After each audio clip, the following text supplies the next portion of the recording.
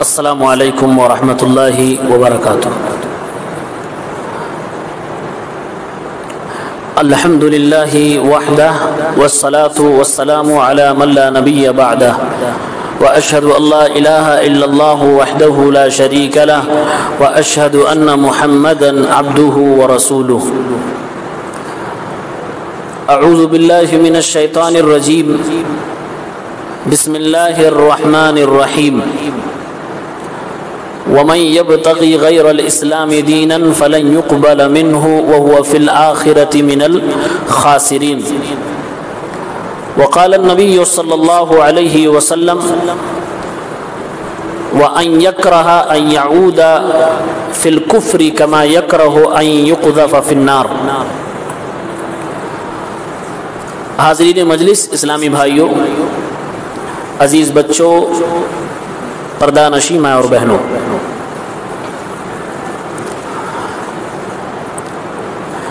اللہ رب العالمین کا پسندیدہ دین دین اسلام ہے۔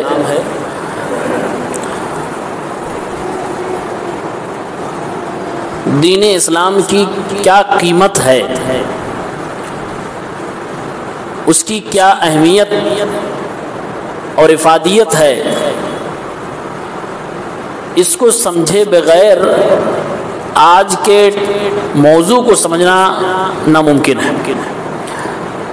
یعنی کہ آج کے ٹاپک اور موضوع کو وہی شخص اہمیت دے سکتا ہے اور سمجھ سکتا ہے جس کو اسلام کی اہمیت معلوم ہے۔ اسلام کی اہمیت کے حوالے سے اللہ کے نبی صلی اللہ علیہ وسلم کی ایک دعا ملاحظہ فرمائیں۔ اللہ کے نبی صلی اللہ علیہ وسلم کثرت سے جو دعا فرماتے تھے، ان دعاؤں میں سے ایک دعا یہ بھی تھی، یا مقلب القلوب ثبت قلبی علی طاعتک۔ اے دلوں کو پھیرنے والے، میرے دل کو اپنی فرما برداری پر، اطاعت پر ثابت قدم کر دے، اسی پہ جما دے۔ اللہ کے نبی صلی اللہ علیہ وسلم جن کے ایمان اور اسلام کو کسی سے بھی خطرہ نہیں تھا، یہاں تک کہ جو آپ کے ساتھ آپ کا ہمزاد اور قرین رہتا تھا اس سے بھی نہیں خطرہ تھا۔ دو بار زمزم کے پانی سے آپ کے دل کو نکال کر دھلا جا چکا تھا، وہ بھی جبرائیل امین کے ذریعے سے۔ تو ان کے ایمان اور اسلام کو ذرہ برابر کسی چیز کا خطرہ نہیں تھا، اس کے باوجود یہ دعا کثرت سے فرما رہے ہیں، اے دلوں کے پھیرنے والے، میرے دل کو اپنی فرما برداری پر ثابت قدم رکھ۔ اس سے اندازہ ہوا کہ دین پر باقی رہنا اور اسی پر ٹھہر کے رہنا، اسی ماحول میں اپنے آپ کو بنا کے رکھنا، اسی مزاج میں رہنا، یہ بہت بڑی چیز ہے جو سب کے بس کی بات نہیں ہے۔ یہ چیز اللہ سے مانگنی پڑے گی جو ہمارے نبی صلی اللہ علیہ وسلم نے اس دعا کے ذریعے سے ہم اور آپ کو سکھائی ہے۔ آج بھی جو لوگ دین کی اہمیت جانتے ہیں، صراط مستقیم کی اہمیت جانتے ہیں، وہ برابر اس دعا کو پڑھتے رہتے ہیں۔ اللہ کے نبی صلی اللہ علیہ وسلم نے ایک دوسری حدیث کے اندر ارشاد فرمایا کہ اگر ایمان کا ذائقہ چاہتے ہو، اس کی مٹھاس کو محسوس کرنا چاہتے ہو، تو 3 کاموں میں سے ایک کام یہ بھی تمہیں کرنا پڑے گا۔ تمہاری ایسی سوچ ہونی چاہیے، کیا؟ وَيَكْرَهُ أَن يَعُودَ فِي الْكُفْرِ كَمَا يَكْرَهُ أَن يُقْذَفَ فِي النَّارِ۔ اسلام لانے کے بعد، صراط مستقیم پانے کے بعد، توحید پرست بننے کے بعد، انسان کفر کو، شرک کو ایسے ہی نفرت کرے، اس سے ایسے ہی دور ہو جیسے کوئی انسان آگ میں پھینکا جانا نفرت کرتا، اس سے دور رہتا ہے۔ یعنی کہ انسان کو ایمان کی، اسلام کی اہمیت کو سمجھنا چاہیے۔ آج کا موضوع ہے نواقض اسلام۔ ناقض اس کا معنی ہوتا ہے توڑ دینے والی چیز، توڑ دینے والی شے۔ ایسے آتا ہے نواقض وضو توڑ دینے والی چیزیں۔ نواقض وضو یعنی کن کن چیزوں سے انسان کا وضو ٹوٹ جاتا ہے۔ اگر آدمی باوضو ہے، ابھی وضو بنا کے آیا ہے، اور اس کی ہوا خارج ہو جائے تو اس کے وضو ٹوٹ جائے گا۔ ایسے ہی کچھ ایسی چیزیں ہیں کہ جس کو کرنے کے بعد انسان کا اسلام ہی ٹوٹ جاتا ہے، اس کا ایمان ہی ٹوٹ جاتا ہے، اور جب ایمان و اسلام ٹوٹ جائے گا تو انسان کافر ہو جاتا ہے۔ ایسی چیزوں سے ہمیں بچنا ہے۔ اسی لیے آج اس درس میں 10 ایسی چنندہ چیزوں کے بارے میں بتائیں گے جس کو کرنے سے یا عقیدہ رکھنے سے یا جس کے اندر ملوث ہونے سے انسان کفر کرتا ہے اور کافر ہو جاتا ہے، اسلام سے نکل جاتا ہے، ایمان کے دائرے سے باہر ہو جاتا ہے۔ ایک عربی کہاوت ہے، کیف یتقی من لا یدری ما یتقی، وہ آدمی کیسے کسی چیز سے بچ سکتا ہے جو جانتا ہی نہ ہو کہ بچنا کس چیز سے۔ اگر آپ کو معلوم ہے کہ بچنا فلاں چیزوں سے ہے تو آپ بچ سکتے ہیں، لیکن اگر آپ کو بچنے والی چیزیں معلوم ہی نہیں ہیں تو آپ لاکھ ہوشیار ہو، ذہین ہو، آنکھیں کھول کے چلنے والے ہو، آپ نہیں بچ سکتے، آپ اس کے شکار ہو ہی جائیں گے۔ اسی پس منظر میں ایک صحابی نے اللہ کے نبی صلی اللہ علیہ وسلم سے کچھ برائیوں کے بارے میں پوچھا، کچھ گناہوں کے بارے میں پوچھا، تو صحابی کہتے ہیں، صحیح بخاری کی روایت ہے، حذیفہ ابن یمان رضی اللہ تعالی عنہ راوی ہیں، فرماتے ہیں کان الناس یسألون رسول اللہ عن الخیر، لوگ اللہ کے نبی سے بھلائیوں کے بارے میں پوچھتے تھے، نیکیوں کے بارے میں پوچھتے تھے، وکنت اسألہ عن الشر، اور میں آپ صلی اللہ علیہ وسلم سے برائیوں کے بارے میں پوچھتا تھا، کس مقصد سے؟ مخافت ان یدرکنی، کہیں ایسا نہ ہو میں برائی پہچانوں نہ اور برائی میرے اندر پائی جا رہی ہو، مجھے پتا بھی نہ چلے۔ تو برائیوں کے تعلق سے اوور کانفیڈنس ہونا کہ میں سب جانتا ہوں، مجھے اچھے اور برے کی تمیز معلوم ہے، گناہ کیا ہے نیکی کیا ہے سب مجھے اچھے سے پتا ہے، مجھے کسی سے پوچھنے کی، پڑھنے کی، سننے کی ضرورت نہیں ہے۔ یہ اوور کانفیڈنس انسان کو شرک میں لے جا کر دھکیل سکتا ہے، وہ انسان کو ایسے گناہ میں ملوث کر سکتا ہے کہ انسان اسلام سے بھی باہر ہو سکتا ہے، خارج ہو سکتا ہے۔ اسی لیے برائیوں کا جاننا بھی ضروری ہے، اس نیت سے کہ برائیوں سے بچ سکے۔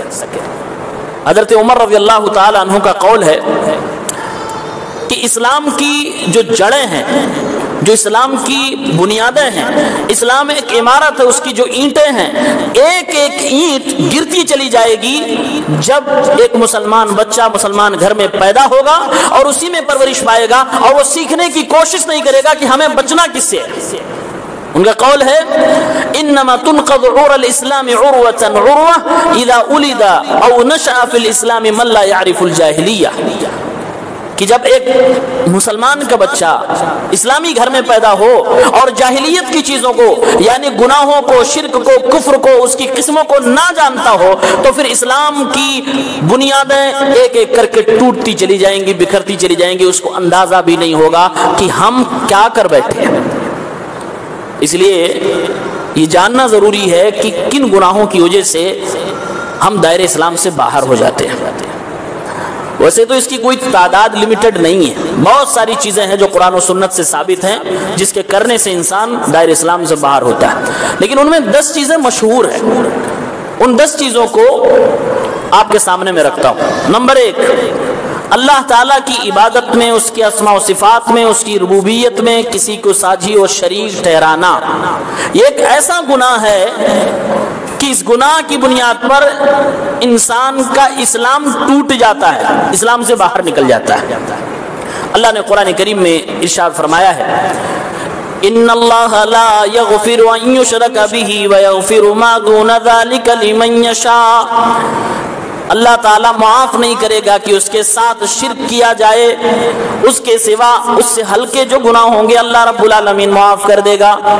انہ من یشرک باللہ فقد حرم اللہ علیہ الجنہ، جو اللہ رب العالمین کے ساتھ شرک کرے گا اللہ تعالیٰ اس پر جنت کو حرام قرار دے دے گا۔ وَمَأْوَاهُ النَّارُ وَمَا لِلظَّالِمِينَ مِنْ أَنصَارٍ، جنت جب حرام ہو جائے گی اس انسان کا ٹھکانہ جہنم بن جائے گا۔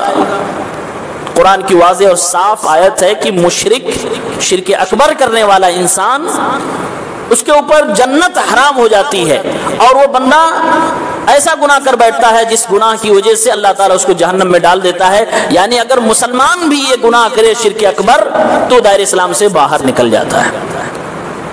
اس کی کئی مثالیں ہیں. ایک بہت واضح مثال ہے غیر اللہ کے نام پہ کوئی ذبیحہ ذبح کرنا، کیلا پیش کرنا، بتاشا پیش کرنا، ایک مکھی ہی پیش کرنا، یہ شرک اکبر ہے. اس کا کرنے والا شخص اسلام کے دائرے سے باہر نکل جاتا ہے. شرک اکبر کرنے والا اسلام کے دائرے سے باہر نکل جاتا ہے. اگر کچھ اس کی زندگی میں نیکیاں ہیں بھی تو ساری نیکی اللہ تعالیٰ اس گناہ کی وجہ سے برباد کر دیتا ہے، اور ایسے شخص کو قیامت کے دن ہمیشہ ہمیشہ کی جہنم دی جائے گی اور اس کا ٹھکانہ جہنم بنا دیا جائے گا. دوسری چیز یا دوسرا گناہ جس کی وجہ سے انسان اسلام سے باہر ہو جاتا ہے، اللہ اور بندے کے درمیان کسی کو وسیلہ بنانا اور پھر اسی وسیلے کو پکارنا، اسی سے دعا کرنا یا اس سے کہنا کہ اللہ تعالیٰ سے ہمارے حق میں شفاعت کر دینا، اس پر بھروسہ کرنا.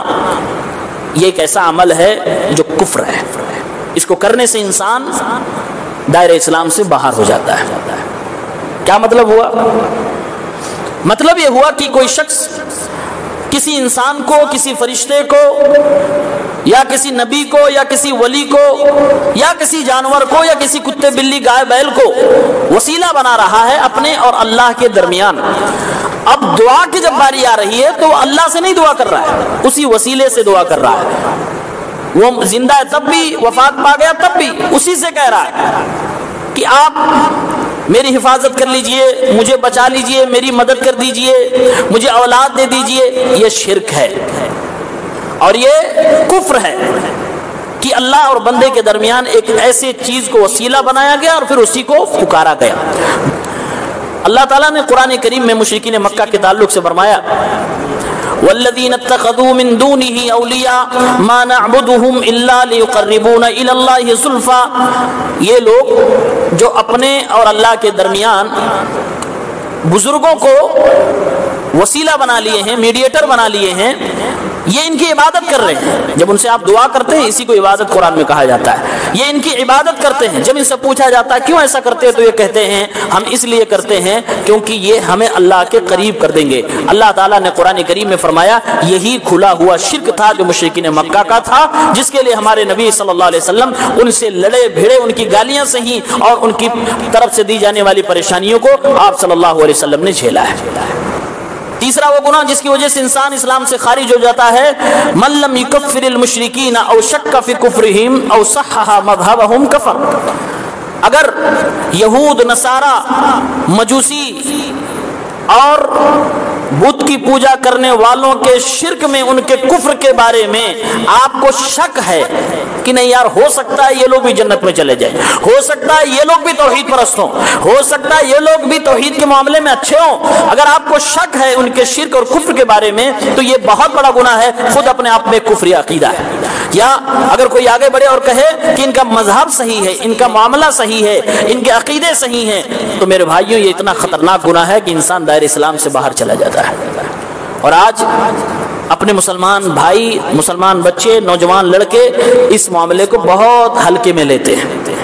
خاص طور سے اگر ان کے غیر مسلموں سے تعلقات تو ان کی دوستی اپنی جگہ پہ، ان کے دین کو ہی یہ جسٹیفائی کرنے لگتے ہیں، ان کے دین کو بھی یہ صحیح ثابت کرنے کی کوشش کرنے لگتے ہیں کہ نہیں وہ لوگ برے نہیں ہوتے، ان کا بھی عقیدہ صحیح ہے، وہ بھی ایک اللہ کو ماننے والے ہیں، وہ بھی ایسے کرتے ہیں، وہ بھی فلاں نبی کو مانتے ہیں، ہم اگر جنت میں جا سکتے وہ کیوں نہیں جا سکتے. یہ جو آرگومنٹ اور ڈائلاگ بازی چل رہی ہے یہ کفری عقیدہ ہے. کیسا عقیدہ ہے؟ یہ کفریہ عقیدہ ہے. اس کو وضاحت سے سمجھ لینا چاہیے. اللہ کے نبی صلی اللہ علیہ وسلم نے حدیث پاک میں ارشاد فرمایا کہ جس کے پاس بھی میری حدیث پہنچ جائے، میرے بارے میں معلومات پہنچ جائے، اس کے باوجود مجھے نہ مانے تو انسان کافر ہے، وہ جہنم میں جائے گا. قرآن کریم میں جب آپ آیت الکرسی پڑھیں گے، آیت الکرسی کے جسٹ نیچے ایک آیت ہے فَمَن يَكْفُرْ بِالطَّاغُوتِ وَيُؤْمِن بِاللَّهِ فَقَدِ اسْتَمْسَكَ بِالْعُرْوَةِ الْوُثْقَى. جو طاغوت کے ساتھ کفر کرے اور اللہ رب العالمین کی ذات پر ایمان لائے، وہی اسلام کی رسی کو مضبوطی سے پکڑنے والا ہے.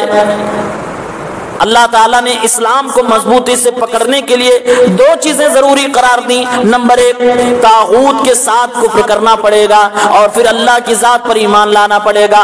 طاغوت کے ساتھ کفر کرنے کا مطلب یہ ہے شرک اور اہل شرک کے کفر میں اور شرک میں ذرہ برابر آپ کو شک کرنے کی ضرورت نہیں، بلکہ جو چیز اللہ کی نگاہ میں شرک ہے، اللہ کی نگاہ میں کفر ہے، جو لوگ اللہ کی نگاہ میں کافر ہیں، اللہ کی نگاہ میں مشرک ہے، قرآن و حدیث کی دلائل میں ہمیں ان کو کافر و مشرک کہنا پڑے گا. اگر کوئی کہے میں مسلمان ہوں لیکن میں کسی بھی مشرک کو برا نہیں سمجھتا، میں اس کو کافر نہیں سمجھتا، وہ مسلمان نہیں ہے، وہ مسلمان نہیں ہے. یہ آسان بات نہیں ہے. اللہ نے پہلی شرط لگائی ہے کفر بالطاغوت. طاغوت کہتے کسے ہیں؟ ہر وہ چیز جس کی عبادت اللہ کو چھوڑ کر کی جا رہی ہے، سب کچھ طاغوت ہے. آپ کو پہلے اس کا انکار کرنا پڑے گا. اگر آپ اس کا انکار نہیں کر رہے ہیں اور اس کے بعد کہہ رہے ہیں میں اللہ پر ایمان لاتا ہوں اور میں کسی کو کافر نہیں سمجھتا، میں کسی کو کافر و مشرک نہیں کہتا، جبکہ آپ جانتے ہیں کہ یہ بت کی پوجا کرتا ہے، آپ جانتے ہیں کہ یہ اللہ رب العالمین کا بیٹا حضرت عیسیٰ کو قرار دیتا ہے، عزیر کو اللہ کا بیٹا قرار دیتا ہے، یہ آگ کی پوجا کرتا ہے، یہ کہتا ہے دو خدا ہیں جیسے مجوسی کہتے ہیں. اس کے باوجود آپ ان کے کفر اور ان کے شرک میں شک کرتے ہیں تو آپ اپنے ایمان کی خیر منائیں، آپ کا ایمان ختم ہو جا رہا ہے. لہذا ایک تیسرا بڑا گناہ ہے. اللہ تعالیٰ نے ابراہیم علیہ السلام کی زندگی کو سامنے رکھ کر ہمیں اور آپ کو بتایا ہے کہ ہمیں کہنا کیا چاہیے. اِنَّا بُرَاءٌ مِّنكُمْ وَمِمَّا تَعْبُدُونَ مِن دُونِ اللَّهِ، اے لوگو تم سے اور تمہاری مشرکانہ عبادت سے ہم لوگ بری ہیں. کفرنا بکم وبدا بیننا وبینکم العداوہ، ہم تمہاری اس شرکیہ عبادت کے ساتھ کفر کرتے ہیں، یعنی طاغوت کے ساتھ ہم کفر کر رہے ہیں اور انہیں آپ توحید کی دعوت دو. تو یہ ایک مسئلہ ہے، اس کو بہت کلیئر سمجھنا چاہیے. کافروں کے کفر میں، مشرکوں کے شرک میں شک کرنا اور انہیں کافر و مشرک نہ ماننا، یہ اپنے آپ میں خود کفر ہے. سوال یہ پیدا ہوتا ہے کہ کفار کے ساتھ ہم کیسا ویوہار اختیار کریں. قرآن و حدیث کی روشنی میں ہمیں کہاں تک چھوٹ مل رہی ہے اور کہاں تک ہمیں اللہ تعالیٰ کی گائیڈنس مل رہی ہے، کیا کہا جا رہا ہے. اللہ نے قرآن میں ایک جگہ فرمایا فَمَسْتَقَامُوا لَكُمْ فَاسْتَقِيمُوا لَهُمْ، تمہارے لیے لوگ سیدھے ہیں تو تم بھی ان کے لیے سیدھے ہو، تمہارے لیے اچھے ہیں تو تم بھی اچھے ہو. علماء نے 3 اقسام بتائی ہیں. کہا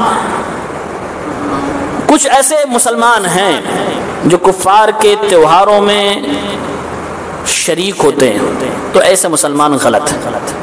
کچھ ایسے مسلمان ہیں جو کافروں کو زمین پر جینے کا حق نہیں دینا چاہتے، ان کو لگتا ہے کہ مار دینا چاہیے، ایسے مسلمان بھی غلط ہیں، بلکہ یہ خارجی مسلمان ہیں، ان کا صحیح اسلام سے کوئی لینا دینا نہیں ہے. کچھ ایسے مسلمان ہیں جو ان کے دھارمک تہواروں پر شریک نہیں ہوتے، اس میں کسی طرح کی کوئی حصے داری نہیں دکھاتے. ان سے اگر ان کا کوئی معاملہ دنیاوی ہے، کوئی وعدہ ہے تو اس وعدے کو پورا کرتے ہیں، نہ ان کے اوپر بلا وجہ کی ظلم و زیادتی کرتے ہیں، ان کے ساتھ ویوہار، تجارت، کاروبار بھی کرتے ہیں اور ان کو موقع ملتے ہی توحید کی دعوت دیتے رہتے ہیں. یہی سچے مسلمان ہیں اور یہی ہمیں اور آپ کو بھی کرنا چاہیے. آپ دیکھیے اللہ کے نبی صلی اللہ علیہ وسلم کی پوری دعوت توحید ہے اور شرک کے خلاف ہے، لیکن وہی نبی صلی اللہ علیہ وسلم اناج لینے کے لیے اپنا ہتھیار غیر مسلم کے ہاں گروی رکھ رہے ہیں. وہی نبی صلی اللہ علیہ وسلم تجارت اور بزنس بھی غیر مسلم کے ساتھ کر رہے ہیں. اس کا مطلب یہ ہوا کہ ان کے ساتھ رہا جا سکتا ہے، تجارت کیا جا سکتا ہے، کاروبار کیا جا سکتا ہے. ہاں اتنا نہیں آپ کو دنیوی فائدے کے لیے گھل مل جانا ہے کہ آپ ان کے تہواروں میں جا کر شریک ہو جاؤ کہ اب لے بھائی اب ان کا تہوار آیا ہے، ہمارے ہاں عید آتی ہم سویاں دیتے ہیں تو ان کی عید آ گئی، ان کا تہوار آ گیا تو لاؤ ہم بھی کچھ اس میں کھا لیں، ان کے ساتھ کھڑے ہو جائیں. جیسے دیکھیے آپ روڈوں پر لوگ سبیلے لگا لگا کر پلا رہے ہیں اور سمجھ رہے ہیں یہ اسلام ہے. یہ اسلام نہیں ہے، یہ اسلام کے ساتھ غداری ہے، اسلام کو سمجھے ہی نہیں ہے. کسی نے آپ کے ساتھ زبردستی نہیں کی، آپ اپنے گھر میں اطمینان سے بیٹھے رہیے، اس کا اپنا کام ہے وہ کر رہا ہے. آپ جس ملک میں سب آزاد ہے اس کی آزادی وہ کر رہا ہے، آپ کی آزادی آپ اپنا تہوار منائیں. کیا ضرورت ہے آپ کو کسی کے تہوار میں شریک ہونے کی؟ تو یہ تیسرا بڑا گناہ ہے. چوتھا بڑا گناہ یہ بھی آج ہمارے سماج میں بہت پایا جاتا ہے.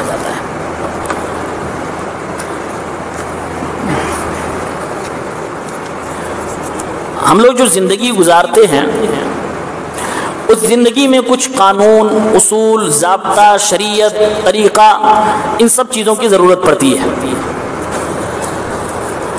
اب اگر کوئی مسلمان یہ سوچے کہ فلاں کا طریقہ، فلاں کا اسٹائل ہمارے نبی سے زیادہ اچھا ہے، یہ کفر ہے۔ فلاں کی لائف اسٹائل ہمارے نبی کی لائف اسٹائل سے زیادہ اچھی ہے، انہوں نے جو طریقہ بتایا وہ طریقہ ہمارے نبی کے طریقے سے زیادہ اچھا ہے، یہ کفر ہے، یہ بہت بڑا گناہ ہے۔ اللہ نے قرآن میں صاف کہا لَقَدْ كَانَ لَكُمْ فِي رَسُولِ اللَّهِ أُسْوَةٌ حَسَنَةٌ لِمَنْ كَانَ يَرْجُو اللَّهَ وَالْيَوْمَ الْآخِرَ۔ اللہ تعالیٰ نے تمہارے لیے تمہارے نبی کی زندگی میں اسوہ حسنہ بنا دیا، یعنی نبی کی زندگی سے جو طریقہ زندگی گزارنے کا مل رہا ہے یہی تمہارے لیے بیسٹ ہے۔ اب اگر تم یہ عقیدہ رکھو کہ اس سے بھی اچھا کسی کا بہترین اور مکمل اور زیادہ بہتر کسی کا طریقہ ہوگا تو یہ تو پھر نبی کریم صلی اللہ علیہ وسلم کے متعلق جو آیت نازل ہوئی اس آیت کا انکار ہے۔ آپ ذرا سوچیں، فَلَا وَرَبِّكَ لَا يُؤْمِنُونَ حَتَّى يُحَكِّمُوكَ فِي مَا شَجَرَ بَيْنَهُمْ۔ اے نبی وہ انسان مسلمان نہیں ہے جو اپنا جھگڑا آپ کے پاس لے کر آئے اور پھر آپ فیصلہ فرما دیں، آپ کے فیصلے پر وہ سر تسلیم نہ خم کرے، وہ آپ کے فیصلے پر مطمئن نہ ہو بلکہ اپنے دل میں حرج محسوس کرے۔ ہم ایسے انسان کے ایمان کو ماننے والے نہیں، ہم ایسے انسان کے اسلام کو ریجیکٹ کرتے ہیں۔ یہ اللہ رب العالمین کا فرمان ہے۔ اس لیے علماء نے کہا اگر کوئی شخص یہ کہے کہ فلاں کا طریقہ ہمارے نبی کے طریقے سے بہتر ہے، بیسٹ ہے، تو ایسا شخص دائرہ اسلام سے خارج ہے۔ نمبر 5، پانچواں وہ گناہ جس کی وجہ سے انسان دائرہ اسلام سے خارج ہو جاتا ہے، آج یہ بھی بہت عام ہے۔ ہر آدمی اپنے بارے میں سوچے کہ وہ کون سی اسلامی چیز ہے دلی طور سے جس سے مجھے نفرت ہے، جو مجھے پسند نہیں آتی۔ کون سی اسلامی چیز ہے، اسلام کا شعار ہے، اسلام کی پہچان ہے، قرآن و حدیث کی بات ہے، چیز ہے اور ہمیں نہیں اچھی لگتی ہے، ہمیں اس سے کڑھن ہے، ہمیں اس سے نفرت ہے۔ اگر ایسا دل میں کہیں آ رہا ہے ایک بھی چیز، فوراً توبہ کیجئے کیونکہ یہ کفر ہے۔ میں آج جو گناہ بتا رہا ہوں کفر سے نیچے کا گناہ میں ذکر ہی نہیں کر رہا ہوں، یہ وہ سارے گناہ ہے جس کا کرنے والا اسلام سے باہر نکل جاتا ہے۔ من ابغض شيئا مما جاء به الرسول صلی اللہ علیہ وسلم ولو عمل به کفر۔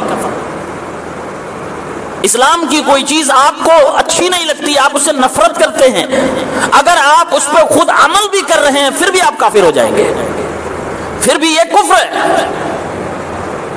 میں چھوٹی مثال دے رہا ہوں، بہت ہلکی سی مثال ہے، داڑھی ہے۔ داڑھی رکھنے والا شخص اگر داڑھی کو ناپسند کرتا ہے، وہ اس داڑھی سے نفرت کرتا رکھے ہوئے پھر بھی وہ کافر ہے۔ مجال کیا ہے کہ کوئی شریعت کی چیز کو کوئی نفرت کرے، کسی شریعت کی چیز سے اس کو کڑھن ہے، وہ جو اللہ تعالیٰ پسند کر رہا ہے، فرما رہا ہے کہ جو بھی دین اسلام کے اندر ہے وہ میری پسند ہے، میرے نبی کی پسند ہے، اور میرے نبی نے اپنایا اور کہا کہ میرے نبی کی زندگی تمہاری زندگی ہونی چاہیے، اور تم کہو کہ مجھے یہ چیز پسند نہیں، مجھے اس سے چڑ ہو رہی ہے، مجھے اس سے کڑھن ہو رہی ہے۔ علماء نے صحیح فیصلہ کیا کہ ایسا شخص کافر ہے، ایسا شخص کافر ہے۔ اللہ نے قرآن میں واضح فرمایا ہے سورہ محمد کے اندر والذین کفروا فتعصا لهم واضل اعمالهم ذلك بانهم كرهوا ما انزل الله فاحبط اعمالهم۔ کافروں کے ساتھ جو یہ ویوہار کیا جا رہا ہے وہ اس لیے کیونکہ اللہ کی طرف سے جو کچھ بھی نازل کیا گیا یہ لوگ اس سے نفرت کرتے تھے۔ کافروں کی یہ بہت بڑی غلطی ہے، اور منافق کے اندر بھی یہی برائی ہوتی ہے کہ وہ اسلام کی چیزوں سے نفرت کرتا ہے، کافر بھی نفرت کرتا ہے۔ اب اگر کوئی مسلمان کلمہ پڑھنے والا وہی حرکت کرنے لگے تو اس کو مسلمان کیسے مان لے؟ تو یہ بہت بڑا گناہ ہے، بہت بڑا گناہ ہے، اور یہ بیماری آج عام ہے۔ کسی کو کچھ نہیں پسند ہے، کسی کو یہ نہیں پسند ہے، کسی کو یہ نہیں پسند ہے۔ ایک منٹ کے لیے آدمی سوچنے کو تیار نہیں ہے کہ میں جس کو ریجیکٹ کر رہا ہوں، جو چیز نہیں پسند کر رہا ہوں، کیا اسلام کی روح سے وہ چیز پسندیدہ ہے کہ نہیں ہے۔ یہ بھی سوچنا چاہیے۔ قرآن و حدیث سے جو چیز ثابت ہو جائے کہ یہ اسلام کی چیز ہے، ہمارے لیے گنجائش نہیں ہے کہ ہم کہیں ہمیں یہ چیز ناپسند ہے۔ کلہن کی بات کرنا، بغض کی بات کرنا، نفرت کی بات کرنا، یہ تو بہت آگے کی بات ہے۔ جس عمل سے اللہ راضی ہو جائے، اللہ خوش ہو جائے، اس عمل کو ہمیں پسند کرنا ہوگا، جیسے توحید۔ لیکن اللہ نے قرآن میں بتایا کہ جو مشرک ہوتا ہے اسے توحید پسند نہیں ہوتی ہے، اور اللہ نے مثال دی ہے کہ اگر آپ کو توحید سے چڑ ہو رہی ہے تو کیا ہوگا۔ اللہ نے قرآن میں کہا وَإِذَا ذُكِرَ اللَّهُ وَحْدَهُ اشْمَأَزَّتْ قُلُوبُ الَّذِينَ لَا يُؤْمِنُونَ بِالْآخِرَةِ، جب توحید کا بیان کیا جائے تو مشرکوں کا دل کڑنے لگتا ہے، ان کے سینے پہ سانپ لوٹنے لگتا ہے، اس کو توحید نہیں پسند ہے۔ اسلام کی کوئی چیز اگر ہمیں پسند نہیں ہے تو جتنی جلدی ہو توبہ کریں، اپنے دل کو منائیں، اپنے دل کو توڑیں، اپنے نفس کو کچلیں، لیکن پسندیدہ اس کو بنائیں اپنی۔ اسلام کی چیزوں کو ہم ناپسند نہیں کر سکتے، اس سے نفرت نہیں کر سکتے، اس سے کراہت نہیں محسوس کر سکتے۔ ہر وہ کام جس سے اللہ راضی ہے، اللہ پسند کرتا ہے، جیسے توحید، سنت میں عمل کرنا، امن و امان کے ساتھ رہنا، ان سب چیزوں کو ہمیں پسند کرنا چاہیے۔ ہر وہ بندہ جس کو اللہ پسند کرتا ہے، نبی پسند کرتے ہیں، ہمیں اس کو بھی پسند کرنا چاہیے، جیسے نبیوں کو اللہ پسند کرتا ہے، فرشتوں کو اللہ پسند کرتا ہے، رسولوں کو محبت کرتا ہے۔ اللہ تعالیٰ ہمارے نبی کے صحابہ کو پسند کرتا ہے، ہر توحید پرست کو پسند کرتا ہے، اس سے ہمیں محبت ہونی چاہیے، اس سے ہمیں نفرت نہیں ہونی چاہیے۔ ہر وہ زمانہ، ہر وہ وقت جس کو اللہ پسند کرتا ہے، ہمیں اس کو پسند کرنا چاہیے۔ جیسے شب قدر ہوتی ہے، رات کا آخری پہر ہوتا ہے، یہ اللہ کو پسند ہیں، یہ اوقات اللہ کو پسند ہیں، ہمیں بھی اس کو پسند کرنا چاہیے۔ اسی طرح سے ہر وہ جگہیں جس کو اللہ پسند کرتا ہے، ہمیں بھی پسند کرنا چاہیے، جیسے مکہ ہے، مدینہ ہے، اور اسی طرح سے بیت المقدس ہے۔ دنیا کے اندر کی تمام مسجد کی جگہیں اللہ کی پسندیدہ جگہ ہیں، اسے ہمیں پسند کرنا چاہیے۔ اب آدمی کو چڑ ہو جائے، مسجد کے ذمہ داران سے، مفتی سے، امام سے کہہ دے مجھے یہ مسجد نہیں پسند ہے، آپ ایسی جگہ کو ناپسند کر رہے ہیں جس کو اللہ پسند کرتا ہے۔ آج دیکھیے یار یہ ماحول کتنا خراب ہے، میری مسجد کے فلاں ذمہ دار سے نہیں جمی تو میں مسجد، الحمدللہ مسجد محلے میں ہے بھی، مسجد بدل دیا ہم نے، ہم وہاں نماز پڑھیں گے۔ اس کے امام سے نہیں جم رہے، اب یہاں ہم پڑھیں گے کہ ہمیں امام صاحب نہیں پسند ہے، ہم یہاں نہیں آئیں گے۔ ہمیں مسجد کی ٹوٹی نہیں پسند ہے، ہم یہاں نہیں آئیں گے۔ ہماری مرضی کا فیصلہ نہیں ہوا، ہم یہاں نہیں آئیں گے۔ مسجد نہ پسند ہے، آپ اس غور کریں، ہر وہ جگہ جو اللہ کو پسند ہے وہ آپ کو پسند ہونی۔ کیا وجہ ہے، آپ کے پاس کیا لوجک ہے کہ آپ کو مسجد نہیں پسند ہے؟ مسجد نے آپ کو کیا تماشا مار دیا؟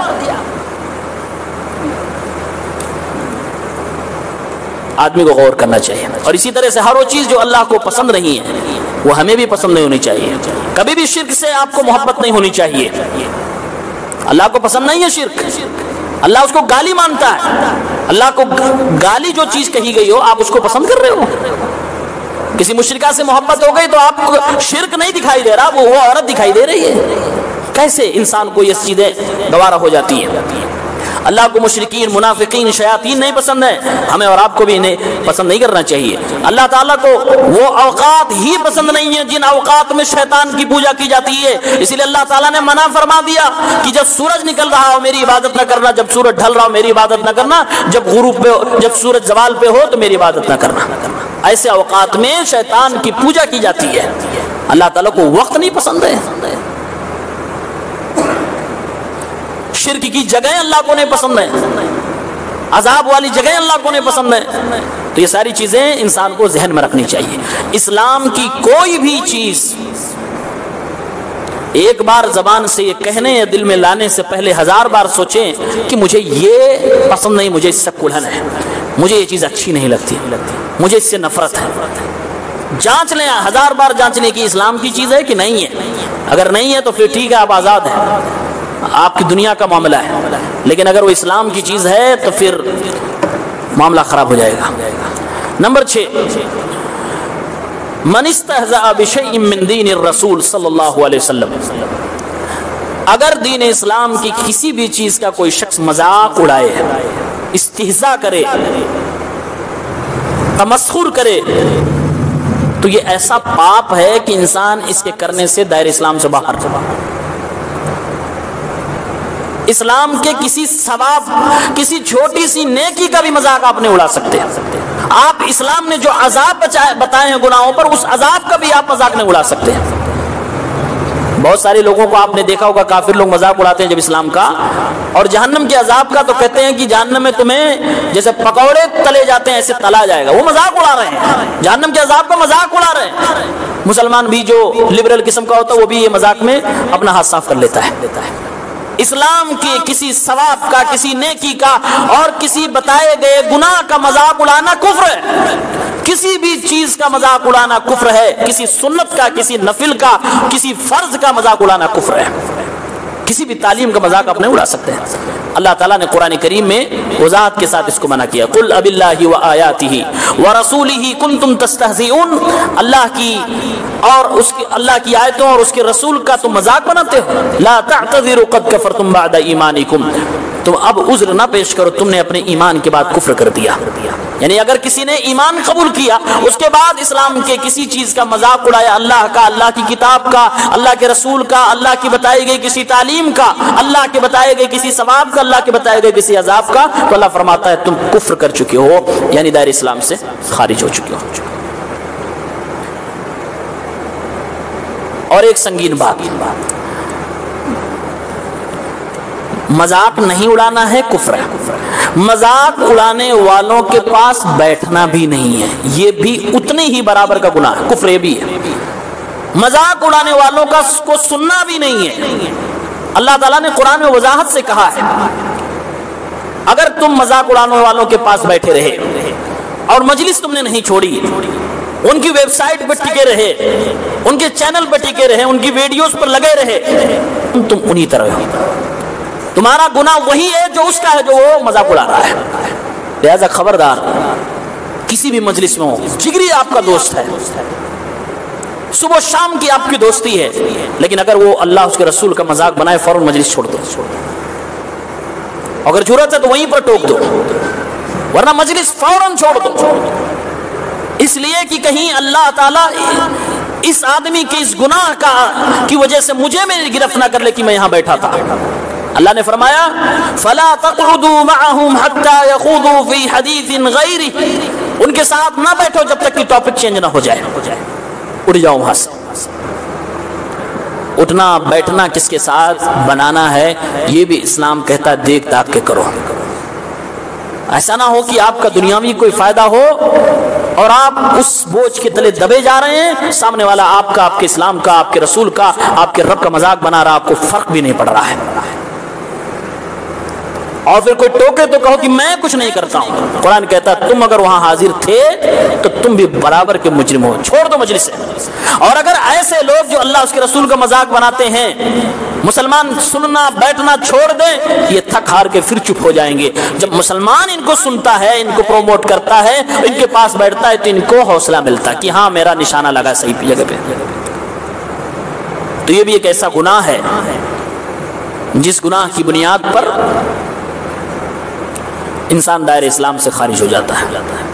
ساتواں ایک گناہ جو آج مسلمانوں کی بستیوں میں، گھروں میں پھیل چکا ہے اور گناہ اتنا بڑا ہے کہ اسلام سے باہر ہو جائے، وہ ہے جادو. جادو جادو کو اللہ تعالیٰ نے قرآن میں صراحت کے ساتھ کفر کہا ہے. جو جادو کرے وہ بھی کافر ہے، جو جادو سے راضی ہو، خوش ہو، وہ بھی کافر ہے. اللہ نے قرآن میں کہا وَمَا يُعَلِّمَانِ مِنْ أَحَدٍ حَتَّى يَقُولَا إِنَّمَا نَحْنُ فِتْنَةٌ فَلَا تَكْفُرْ. سلیمان علیہ السلام کو آپ لوگ جانتے ہوں گے، بہت پاورفل نبی تھے. جنات ان کے کنٹرول میں تھے، ہوائیں ان کی کنٹرول میں تھی، پرندوں کی بھاشائیں سمجھتے تھے. ان کے زمانے میں جادوگری عروج پر تھی. موسیٰ علیہ السلام کے زمانے میں بھی تھی، ان کے زمانے میں بھی تھی، عروج پر تھی. یعنی جادوگروں کا ہر طرف چرچا ہی چرچا تھا. سلیمان علیہ السلام جب رسول بنے، نبی بنے، انہوں نے تمام جادوگروں کی پوٹریاں چھین لی جس سے جادوگری کرتے ہیں، اور چھین کر اس کو بعض روایات کے مطابق اپنی کرسی کے نیچے دفن کروا دیا یا کہیں کسی جگہ پہ دفن کروا دیا تاکہ جادوگری ختم ہو جائے۔ جب سلیمان علیہ السلام دنیا سے چلے گئے تو یہودیوں نے الزام لگایا سلیمان علیہ السلام پر، سلیمان کی طاقت و پاور تم لوگ اپنی آنکھوں سے دیکھ چکے ہو، یہ آدمی کتنا پاورفل تھا۔ ہاں، کہا یہ سب کچھ وہ جادو سے کرتا تھا، یہ جو اس نے جادو کی کتابیں چھنوائی تھی اسی سے کرتا تھا، انہوں نے جادو کے خاتمے کے لیے کیا، الزام لگا دیا کہ اسی جادو سے یہ سب کچھ کرتا تھا۔ تو اللہ تعالیٰ نے ایک نبی کے اوپر جو ایک کفر کا الزام لگا، جادوگر ہونے کا الزام لگا، اللہ تعالیٰ نے اس کا جواب قرآن کریم سورہ بقرہ کی آیت نمبر 102 میں دے دیا۔ اللہ نے فرمایا وَاتَّبَعُوا مَا تَتْلُو الشَّيَاطِينُ عَلَى مُلْكِ سُلَيْمَانَ، یعنی شیطان جادوگر پر تلاوت کرتا ہے، کیا قرآن پڑھتا ہے؟ نہیں، شرکیہ کفریہ باتیں تلاوت کرتا ہے۔ وَاتَّبَعُوا مَا تَتْلُو الشَّيَاطِينُ عَلَى مُلْكِ سُلَيْمَانَ، سلیمان علیہ السلام کی حکومت میں شیاطین جو چیزیں تلاوت کیا کرتے تھے یہ لوگ اسی کی اتباع کرنے لگے۔ وَمَا كَفَرَ سُلَيْمَانَ، سلیمان علیہ السلام نے کفر نہیں کیا، یعنی اللہ تعالیٰ نے کلیئر کر دیا اے یہودیوں تم جو سلیمان علیہ السلام پر یہ الزام لگا رہے ہو کہ یہ جادو کی کتابوں سے جادو کیا کرتے تھے، ہرگز میرا پیغمبر سلیمان علیہ السلام جادو نہیں کیا کرتے تھے، یہ جادوگر نہیں تھے، کیونکہ جادو تو کفر ہوا کرتا ہے، ایک نبی کفر کیسے کر سکتا ہے؟ اللہ نے گواہی دی وما کفر سلیمان کفر نہیں کرتے تھے، ولکن الشیاطین کفروا، یہ شیاطین کفر کرتے تھے، یعلمون الناس السحر، لوگوں کو جادوگری سکھاتے تھے۔ وما انزل علی الملکین ببابل ہاروت و ماروت، دو پیغمبروں کو ہاروت و ماروت کو اللہ نے اتارا، وہ لوگ بھی لوگوں کی آزمائش کے لیے سکھانے لگے۔ اللہ تعالیٰ نے فرمایا اللہ نے ان کو سبق دیا اور سکھایا، کہا کہ جب بھی کسی کو سکھانا تو کہہ دینا کہ مت سیکھو یہ کفر ہے۔ وما يعلمان من احد حتى يقولا انما نحن فتنة فلا تكفر، یہ جب بھی کسی کو سکھاتے تھے تو کہتے تھے کفر نہ کرو، یعنی جادو سیکھ کر کفر نہ کرو، ہم آزمائش کے لیے بھیجے گئے ہیں۔ یہ ایک ایسا دنیا کا ایجوکیشن جس کا سیکھنا کفر ہے۔ اللہ نے فرمایا فَيَتَعَلَّمُونَ مِنْهُمَا مَا يُفَرِّقُونَ بِهِ بَيْنَ الْمَرْءِ وَالزَّوْجِ، یہ جادوگر جادوگری سیکھتے تھے شوہر اور میاں اور بیوی کے درمیان، میاں بیوی کے درمیان جدائی کروانے کے لیے۔ وَمَا هُمْ بِضَارِّينَ بِهِ مِنْ أَحَدٍ إِلَّا بِإِذْنِ اللَّهِ، اللہ کی اجازت کے بغیر یہ کسی کو نقصان بھی نہیں پہنچا سکتے۔ وَيَتَعَلَّمُونَ مَا يَضُرُّهُمْ وَلَا يَنفَعُهُمْ، یہ ایسا علم سیکھ رہے تھے جس کا کوئی نفع و نقصان نہیں۔ وَلَقَدْ عَلِمُوا لَمَنِ اشْتَرَاهُ مَا لَهُ فِي الْآخِرَةِ مِنْ خَلَاقٍ، یہ اچھی طرح سے جانتے تھے کہ جو چیز یہ سیکھ رہے ہیں اور خرید رہے ہیں، جو آدمی بھی جادو سیکھے گا آخرت میں اس کا کوئی حصہ نہیں ہوگا، یعنی کہ جنت میں سے اس کو کچھ بھی نہ ملے گا۔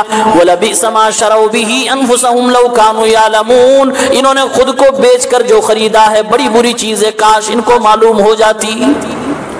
اللہ نے قرآن کی اس آیت میں سلیمان علیہ السلام کا دفاع کیا اور کہا وما کفر سلیمان علیہ السلام نے کوئی کفر نہیں کیا ہے۔ جادو کی کئی قسمیں ہیں۔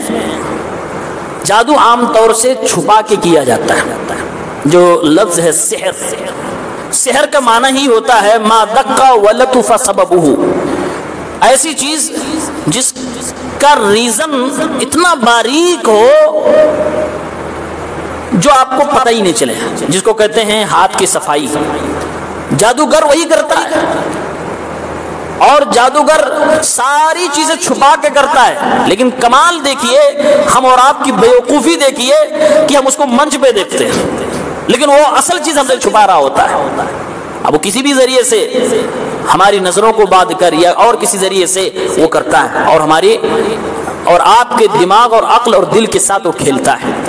قرآن میں سورہ بقرہ کی آیت نمبر 101 میں اللہ رب العالمین نے جادو کی دو اصل جڑ بتائی ہے کہ جس کے بغیر جادو ہو ہی نہیں سکتا۔ اللہ نے فرمایا نبذ فریق من الذین اوتوا الکتاب کتاب اللہ وراء ظہورہم، جادوگر لوگ پہلا کام جو کرتے ہیں قرآن کے ساتھ گستاخی کرتے ہیں۔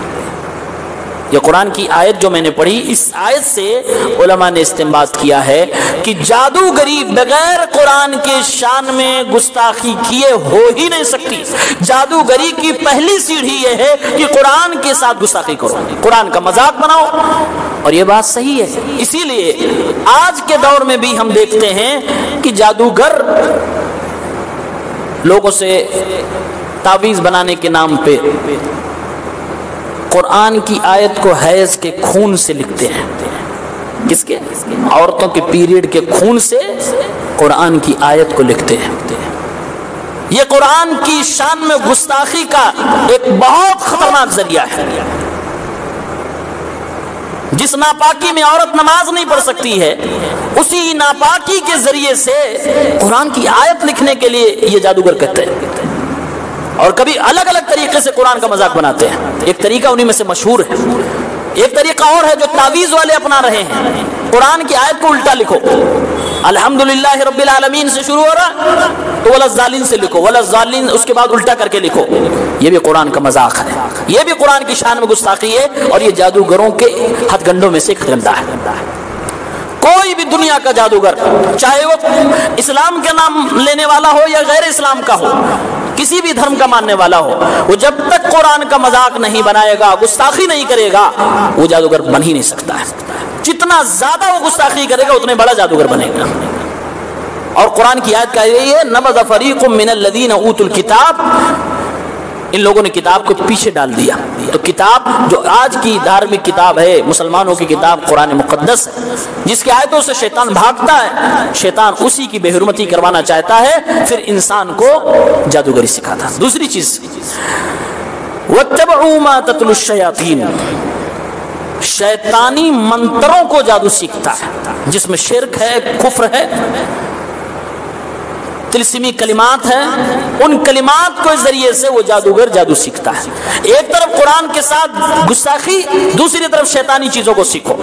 قرآن توحید اور وہ شیطانی چیزیں شرک ہے، یعنی شرک سے اس کو محبت دلائی جاتی ہے اور توحید سے نفرت دلائی جاتی ہے، قرآن کے ساتھ بے حرمتی کرائی جاتی ہے، اس کے بعد وہ جادوگر بنتا ہے۔ اور علماء نے کہا کہ یہ جادوگری جو ہے یہ تعاون متبادل بین الساحر والشیطان، یہ جادوگر اور شیطان کے درمیان ایک ایگریمنٹ والا بزنس ہے۔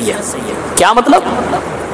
جادوگر جو ایکچول میں ہے، جس کو جادوگری آتی ہے، اس نے شیطان سے بزنس کر رکھی ہے، کاروبار کر رکھا ہے۔ کون سا کاروبار؟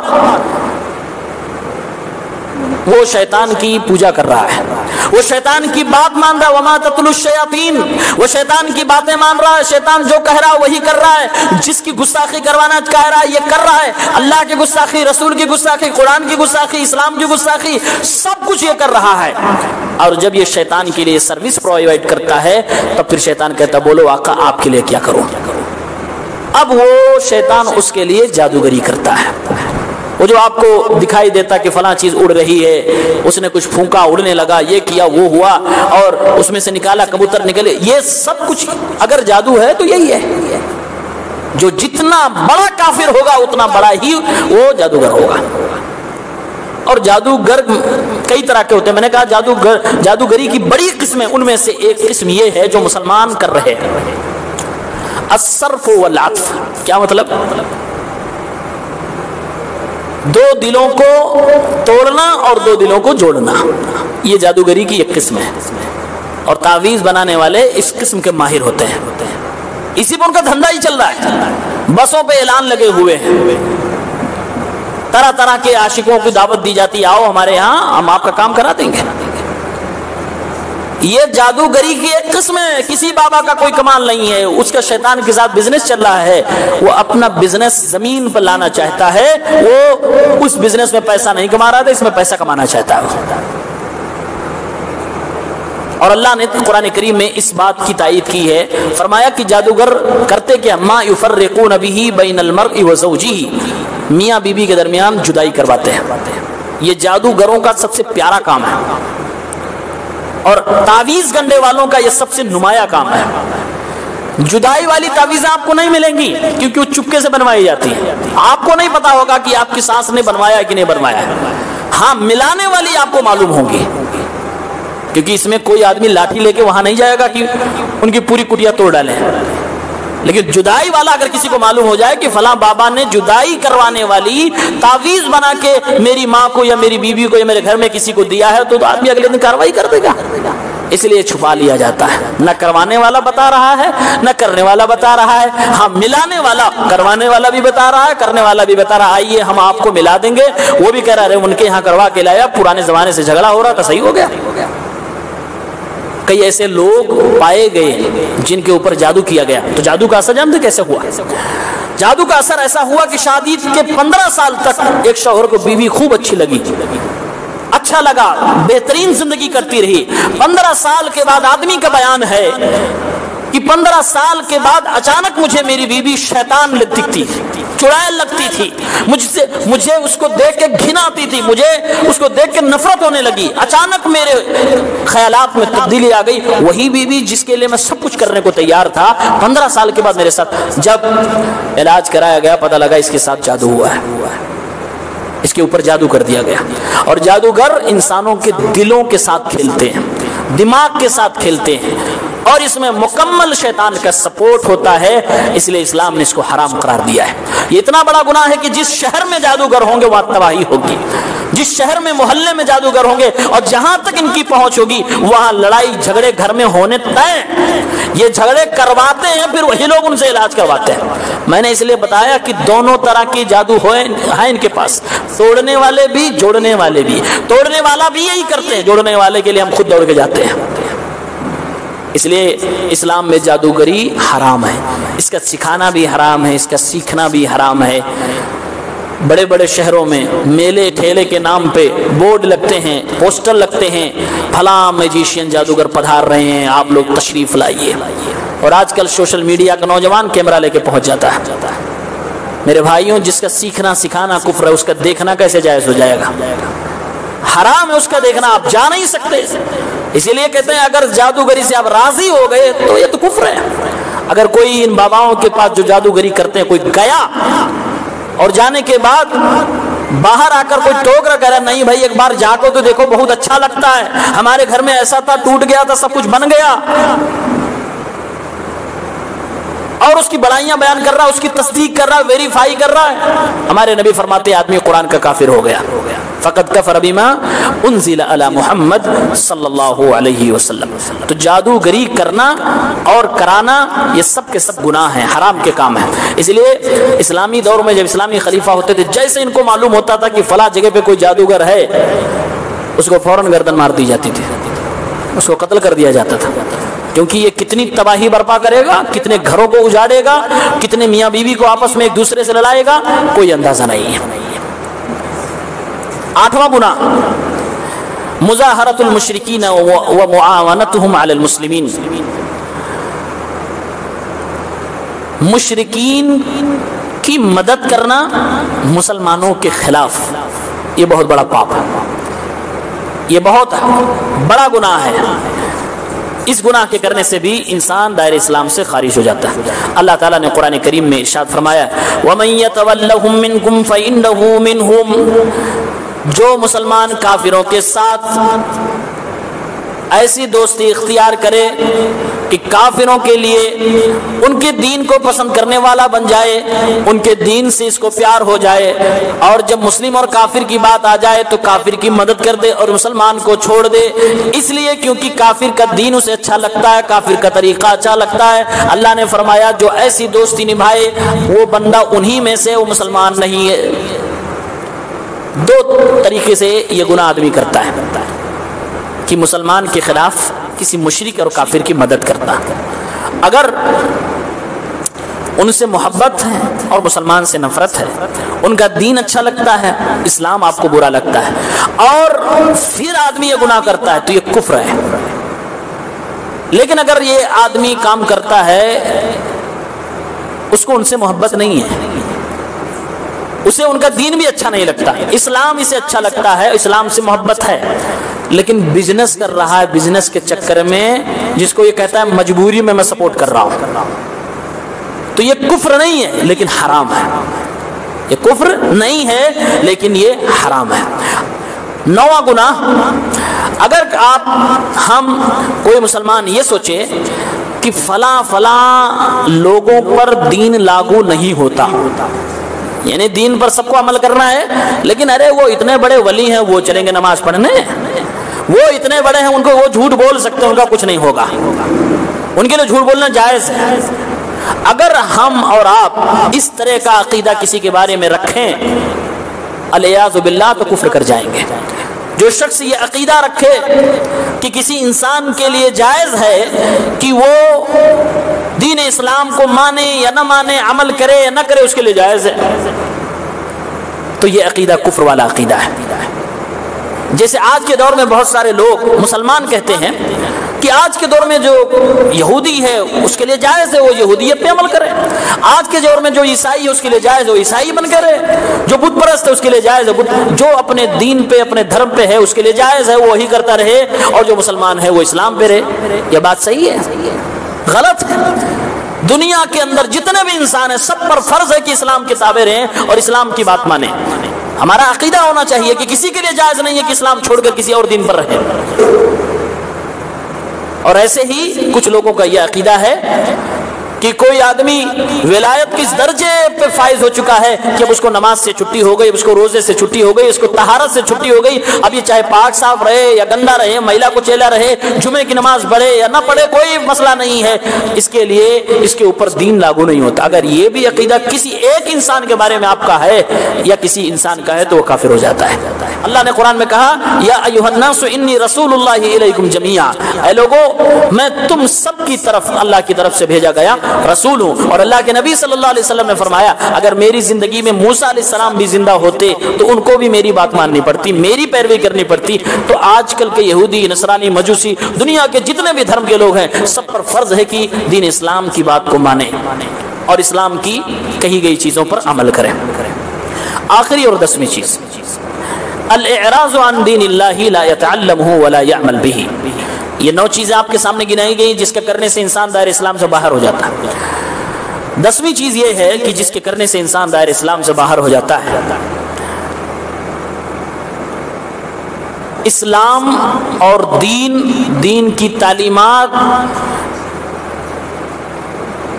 کو پورے طریقے سے اگنور کر دینا، نظر انداز کر دینا۔ بھائی ہم مسلمان ہیں، کیوں؟ ہمارا نام محمد ہے۔ مسلمان ہیں کیوں؟ ہمارا نام عبداللہ ہے، اور ہمارے ابا بھی مسلمان تھے، اسی گھر میں ہم پیدا ہوئے، اسی لیے مسلمان ہیں۔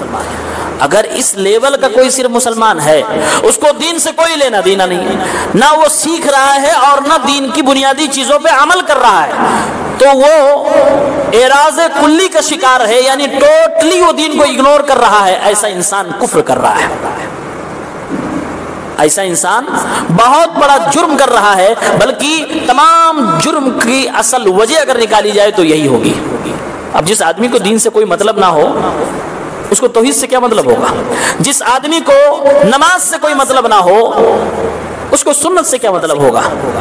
جس آدمی کو نماز، روزے، زکوٰۃ، حج سے کوئی مطلب نہ ہو وہ آدمی اپنی زندگی میں دین لانا بھی نہیں چاہے گا، اور لاتا بھی نہیں ہے، تو گویا کہ وہ اسلام کو اہمیت ہی نہیں دے رہا ہے۔ تو جو شخص اسلام کو ایسے ٹریٹ کرے جیسے اس کی نگاہ میں بس یہ کیا ہے فالتو کی چیز، تم لوگ بار بار کہتے رہتے ہو، یہ اس کی کوئی ویلیو نہیں، اور اس کی زبان بھی یہ کہہ رہی ہے، اس کے کردار بھی یہی کہہ رہا ہے، تو یہ چھوٹا گناہ نہیں ہے، چاہے وہ کبھی زندگی مزار پہ نہ گیا ہو، کبھی وہ بت پرستی نہ کیا ہو، لیکن اگر ایسی سوچ رکھتا ہے اس سوچ پہ کفر کا فتویٰ لگے گا۔ ایسی سوچ کی آپ نے اسلام کو اہمیت ہی نہیں دی۔ اسلام توجہ کی چیز ہے، اسلام اہمیت کی چیز ہے، اسلام کو نظروں میں، آنکھوں میں بسایا جائے، اس کو نظر انداز نہیں کیا جا سکتا ہے۔ اگر انسان نظر انداز کرے گا تو اللہ تعالیٰ کے ہاں مجرم بنے گا۔ اہتمام کرنا چاہیے اس کا، اس کے لیے وقت نکالنا چاہیے، اس کے لیے پیسے خرچ کرنے چاہیے، اس کے لیے اپنی آل اولاد کو تیار کرنا چاہیے۔ یہ اسلام چاہتا ہے۔ اگر کوئی شخص اسلام کو ایسی چیز سمجھ رہا ہے جس کی کوئی اہمیت نہیں ہے کہ آیا تو ٹھیک، نہیں آیا تو کوئی بات نہیں، اللہ کی قسم بڑی خطرناک بات اس کی زندگی میں ہے۔ اللہ نے قرآن میں کہا ہے وَمَنْ أَظْلَمُ مِمَّنْ ذُكِّرَ بِآيَاتِ رَبِّهِ، جو اپنے رب کی آیتوں کے یاد دلائے جانے کے بعد بھی اعراض کر رہا ہے، ثُمَّ أَعْرَضَ عَنْهَا، اور اس سے بھاگ رہا ہے، اس کو اگنور کر رہا ہے، اس سے بڑا ظالم کون ہے؟